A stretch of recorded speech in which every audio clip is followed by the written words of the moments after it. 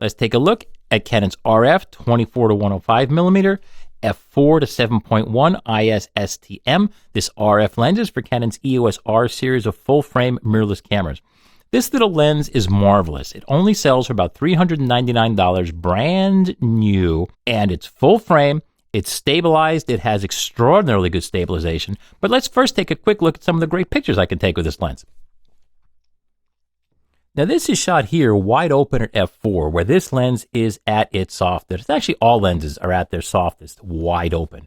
And if we zoom in here with my video editing software to give you a better look at the corners, you'll see it's still ultra sharp. And that's the best thing this lens can say. It's actually just as sharp as a 24 to 70 f2.8 RF LISUSM and all of and my 15 to 35 f2.8 RF LISUSM f2.8. What you get in this lens is it costs less because it's slower and it's not built as tough. But to be honest, the images are just as sharp. Here's another shot scanning down from the top. This is a vertical shot. This is made on my EOS RP. It's set to 85 millimeters at f20 to get a little bit of depth of field at 1/180th of a second because I'm also shooting it with a flash. So it had to use a slower shutter speed. The key is I am just scrolling down here in my video editing software, and it's super sharp, and the colors look great. Here's another sharp shot. Here's three palms set at 57 millimeters at f11, at 1/100th at ISO 100 on my EOS RP. And again, I'm zooming in with my editing software. This lens is super sharp. If anybody tries to tell you otherwise, then they're just a bad photographer, doesn't know how to get sharp pictures. And that's the way it is. This lens is easy on the wallet, and it's easy for carrying around. It's lightweight. It covers a much more useful range than a 24 to 70 millimeter lens. So I love this lens. I can't say enough good about this lens. It also costs less than any of the older versions like the EF 24 to 105 STM that Canon used to sell as part of a kit with an adapter ring. That lens doesn't even work as well as this lens does, and they sell it for more money. So this is your lens if you're the budget traveler for the EOS R series of cameras. Compared to the RF 24 to 105 f4L, this lens is half the weight and half the price, and it takes exactly the same pictures. The biggest difference is that the f4L version is a little bit faster. It's about 2 stops almost faster at 105 millimeters.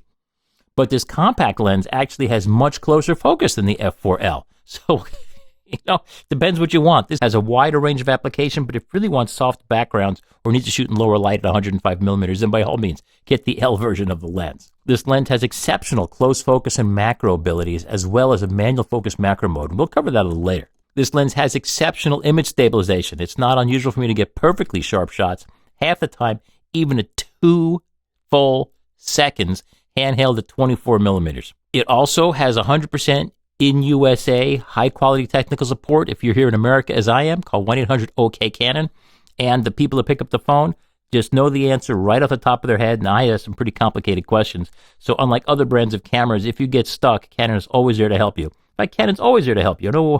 When people get stuck with a printer and they ask me for help, I don't know how to fix their printer.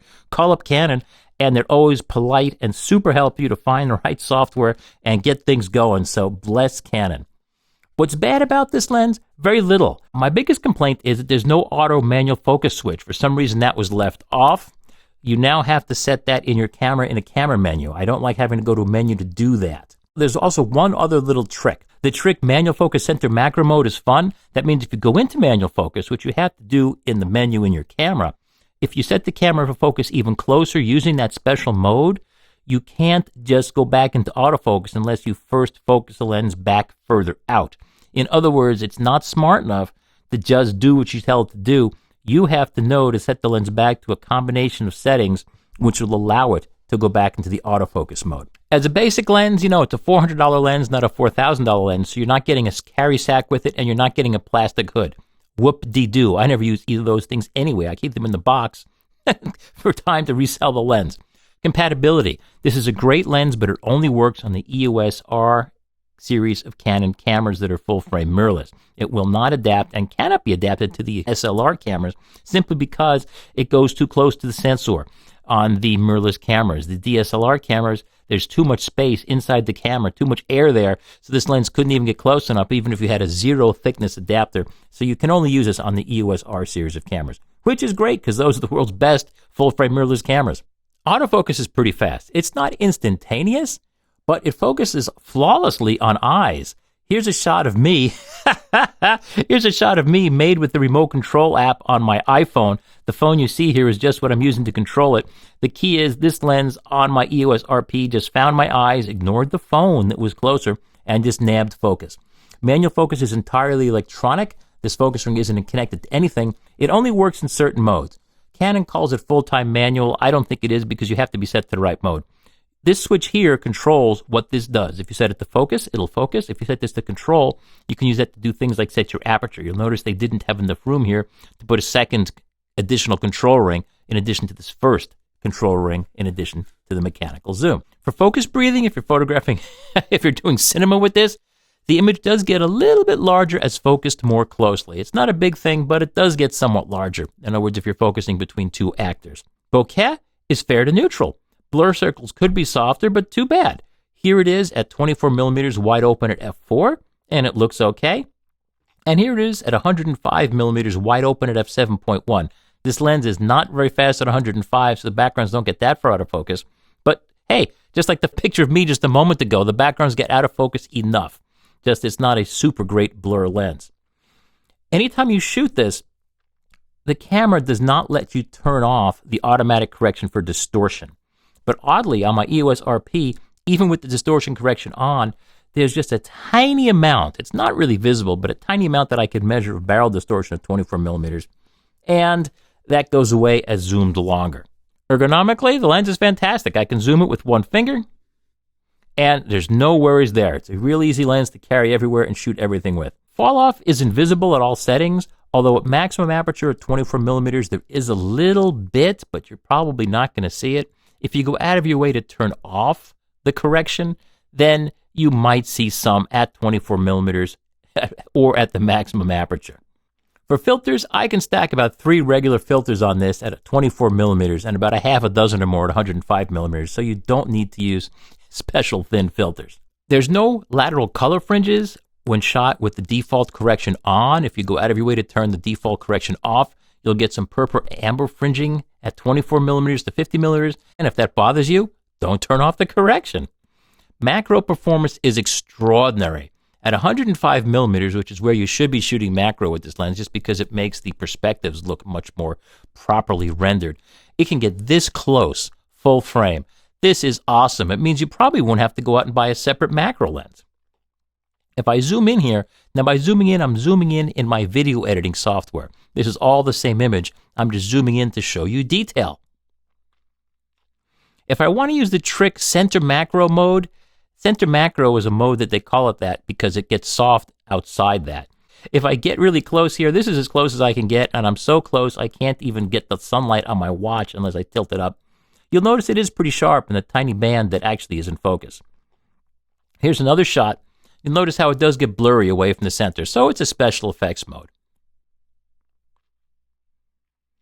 Mechanical quality, it's very well made. It's almost entirely plastic except for the mount and the glass, which is glass.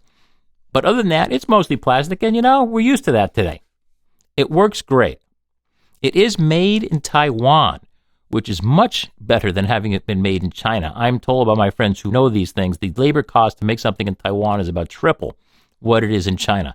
It is ultra sharp. It's just as sharp as the more exotic lenses. It just costs less and isn't as fast and isn't as toughly built. I showed at the top how sharp it is at 24 millimeters wide open. Here's a shot at 105 millimeters wide open at f7.1. And as I zoom in here, you'll see even shot wide open, which is what you wouldn't want to do if you want the most sharpness. It is still ultra sharp. This lens has more sharpness than we need, that is for sure. Spherochromatism, in other words, color fringes on out of focus highlights, there's just a little bit, which sort of makes sense because it's such a slow lens. But if we do zoom in here, there's a possibility of some blue fringes on the background out of focus highlights and some warm fringes on foreground out of focus highlights, but it's not significant. Image stabilization is extraordinary. I can get sharp shots, as sharp as if I shot them on a tripod, half the time at 2 seconds at 24 millimeters. Now, if I want them sharp all the time at 24 millimeters, I need to shoot about a quarter or an eighth of a second with the stabilization on. But is it extraordinary? At 105 millimeters, I get perfectly sharp, meaning as sharp as if I shot them on a tripod shots at 1/15 of a second at 105 millimeters almost all the time. And here's the crazy thing. But one shot out of every 6, I'll get perfectly sharp shots even at 1 full second at 105 millimeters. Now, of course, we're all going to be different depending on how well you can hold the camera. But the key is, and this applies with all cameras, shake is a random thing. Some shots will come out perfectly sharp. Some shots will come out completely blurry from one shot to the next, even at the same shutter speed. So shoot several shots if you're shooting at a marginal, slow speed and pick out the sharpest. Let's look at sunstars. Now, this is at 24 millimeters, and this is at f4, and we're going to stop down. The effect's about the same, up to 50 millimeters, but then when you get to the longer end, the apertures change because it's a variable aperture lens. The good news is, although they're not extraordinary, I can get a passable sunstar at f22 and f16. I much prefer the sharper ones that I get, say with the RF 24 to 70 millimeter of 2.8 ISUSM, which costs, 5 times as much? It's just a matter of opinion, but you can do as you like. Now, if we compare this, compared to the RF 24 to 105 millimeter f4, which is a constant aperture lens, the RF 24 to 105 isn't any sharper. However, it is built tougher and stays f4 all the way up to 105 millimeters. And if you really get out the microscope, the L version is a tiny bit sharper in the laboratory, in the quarters wide open at 24 millimeters. But this lens is so sharp, I would never worry about it for actual shots. If we compare it to the EF 24 to 105 millimeters, which Canon sometimes offers as a kit, I'd forget that entirely because that is a DSLR lens. It needs an adapter, but it's also 50% more expensive than this lens, and this lens is better. The DSLR lens, the EF 24 to 105, is also 35% heavier. It's bigger and longer, and that's even before you add the adapter, so skip that. Although if you already own it, go with it. If you have the EF 24 to 105 millimeter f4 LIS2, it's a DSLR lens, you don't want to get that because it's almost 3 times the price, it's twice as heavy, and it's bigger and longer, and that's even before you add the adapter you need. And even after you add the adapter, it's only as sharp as this basic lens is, so I would say forget that entirely. The real question is, if you own an EF lens for your DSLR and you don't want to spend any money, by all means, use the adapter ring. Although the adapter ring costs half as much as this lens does. Everybody should get this lens. Unless you want to get one of the more expensive lenses, this is just a marvelous lens. And that's it. That's just a few thoughts about the Canon RF 24 to 105 ISSTM, which is a fantastic lens in every aspect and costs next to nothing. Thanks for watching Ken Rockwell, kenrockwell.com, and kenrockwell.tv.